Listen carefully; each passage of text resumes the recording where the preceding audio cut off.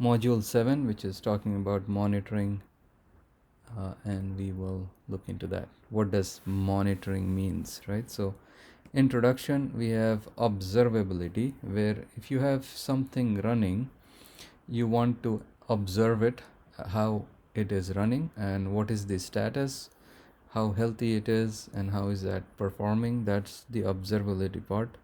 And for that you need to collect some metrics. So you're collecting metrics about that service. So it could be an EC2 machine which you have spun up, and that server is running.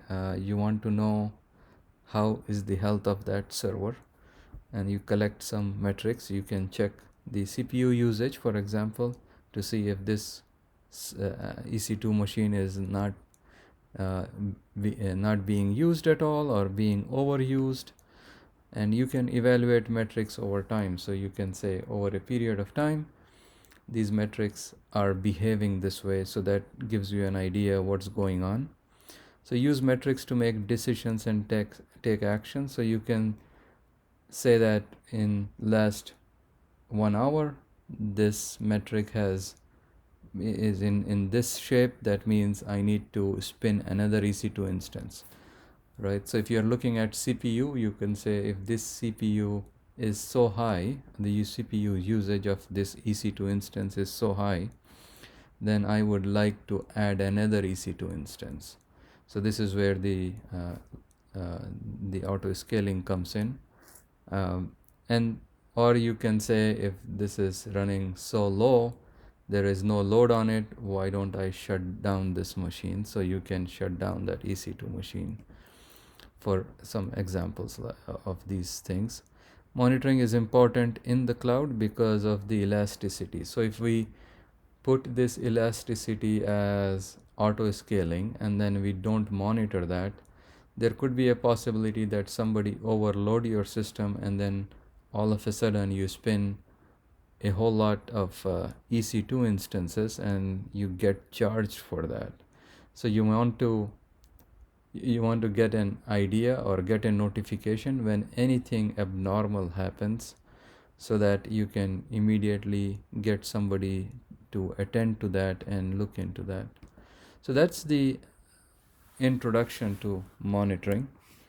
And let's look deeper into what are the services that offer monitoring. So you have the first service called CloudWatch. So CloudWatch, as the name suggests, it's watching your cloud. So it's going to watch and collect some metrics. It is going to manage and monitor some metrics. You can configure alarm actions based on the metrics. So you see some metrics and you put some limits on it, and then it says if it goes down beyond this limit, give me an alarm. If you go up, give me another alarm. And you can have other AWS services that send metrics to CloudWatch. So they send metrics to CloudWatch, and then CloudWatch is the center place where you can put some actions on or monitoring on those matrices. CloudWatch shows the metrics over a period of time. So CloudWatch has a dashboard where you can see what's going on over a period of time.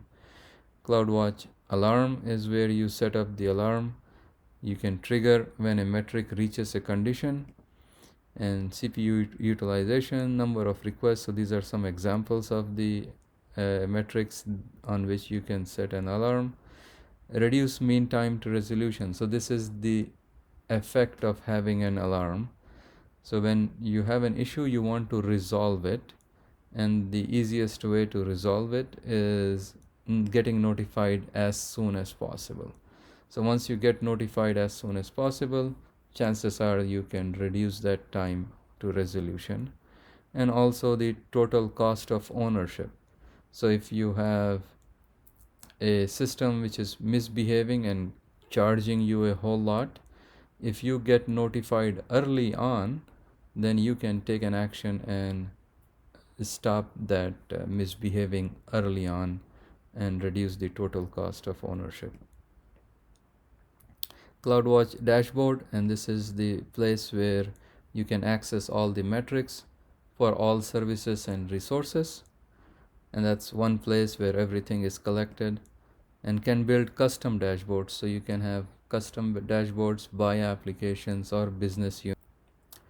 CloudTrail, as its name suggests, it's a trail of the cloud. So anything that is happening in the cloud, it's keeping a trail of it. So it's an auditing tool. So audit trail is what people do to keep an eye on everything that is happening, right? So who, when, and from where. So this is what it's looking for. So if an action happens, it records it. It says who had taken that action, when was that action taken, and from where. So it records the IP address of your machine from where you sent a command to AWS, and it will also capture the command and what was the change and what is the new state and whether the request was denied or not. So it is capturing a whole lot of information about what happened.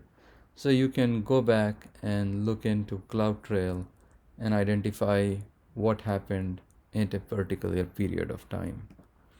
So CloudTrail logs keeps a record of all the activities, and saving CloudTrail logs in a secure location with vault lock ensures that the system is tamper proof.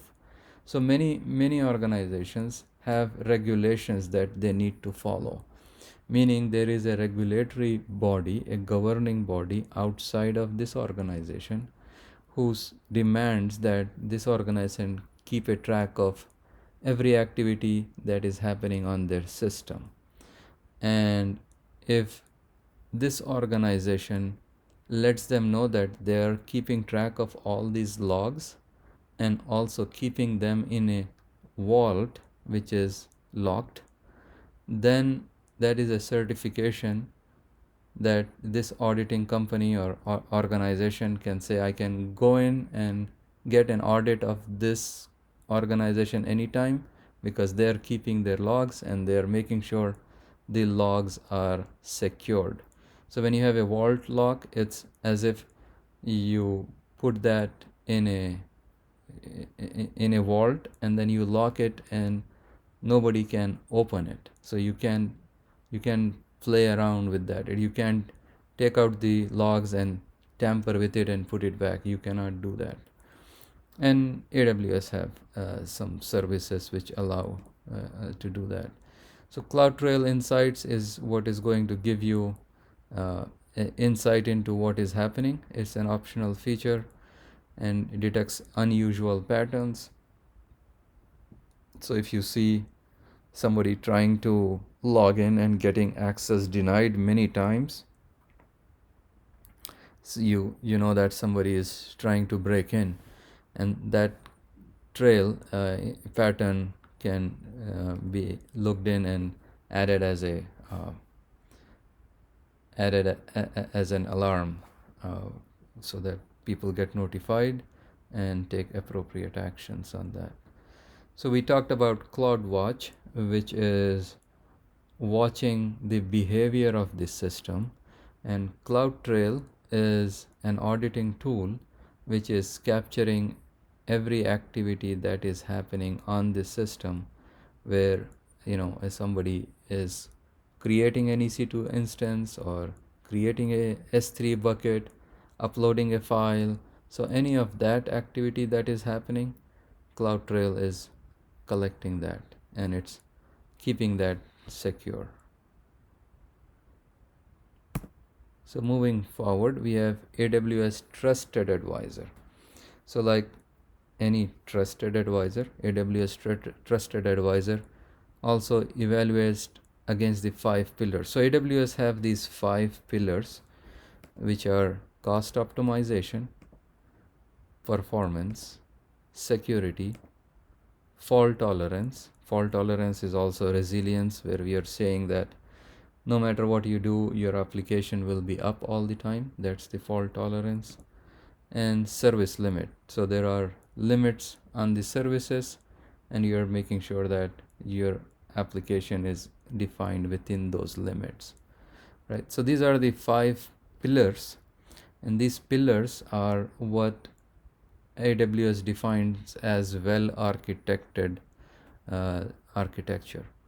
So if your application is well architected, then your application meets all these 5 pillars of that architecture. And EC2 underutilized, that is a cost optimization.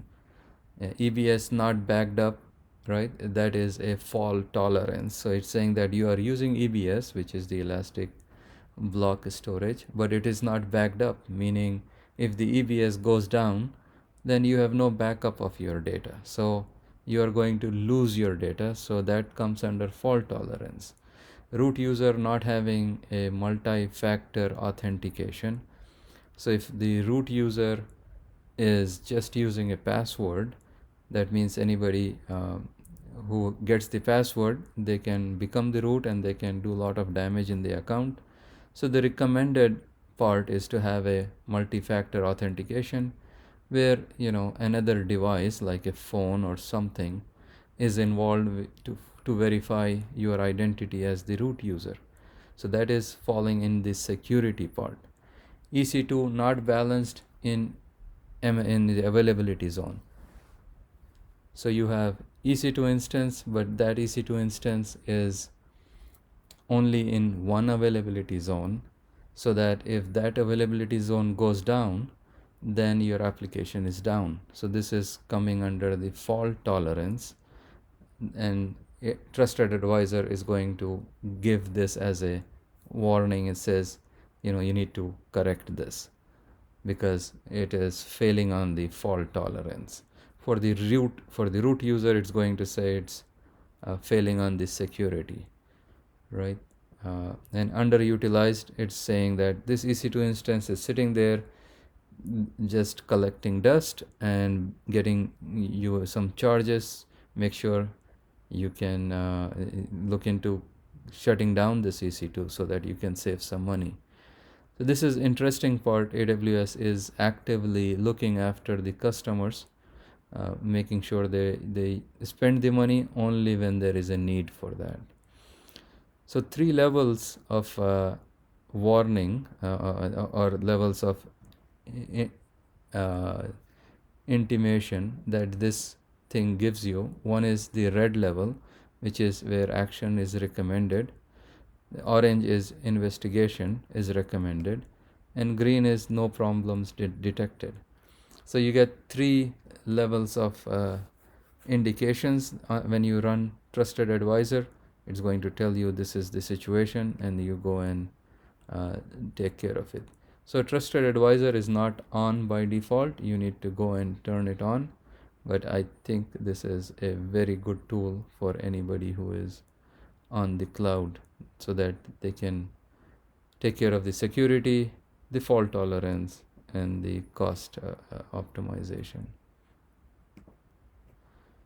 All right, so we are coming to the end of this monitoring part. We talked about CloudWatch, which is watching and alarms, near real-time metrics. So CloudWatch is going to give me near real-time what's happening with my systems, right? Behavior over time. It also records over time data. So it tells me, like, for last 7 hours, this is what the trend is. Last week, this has been going on.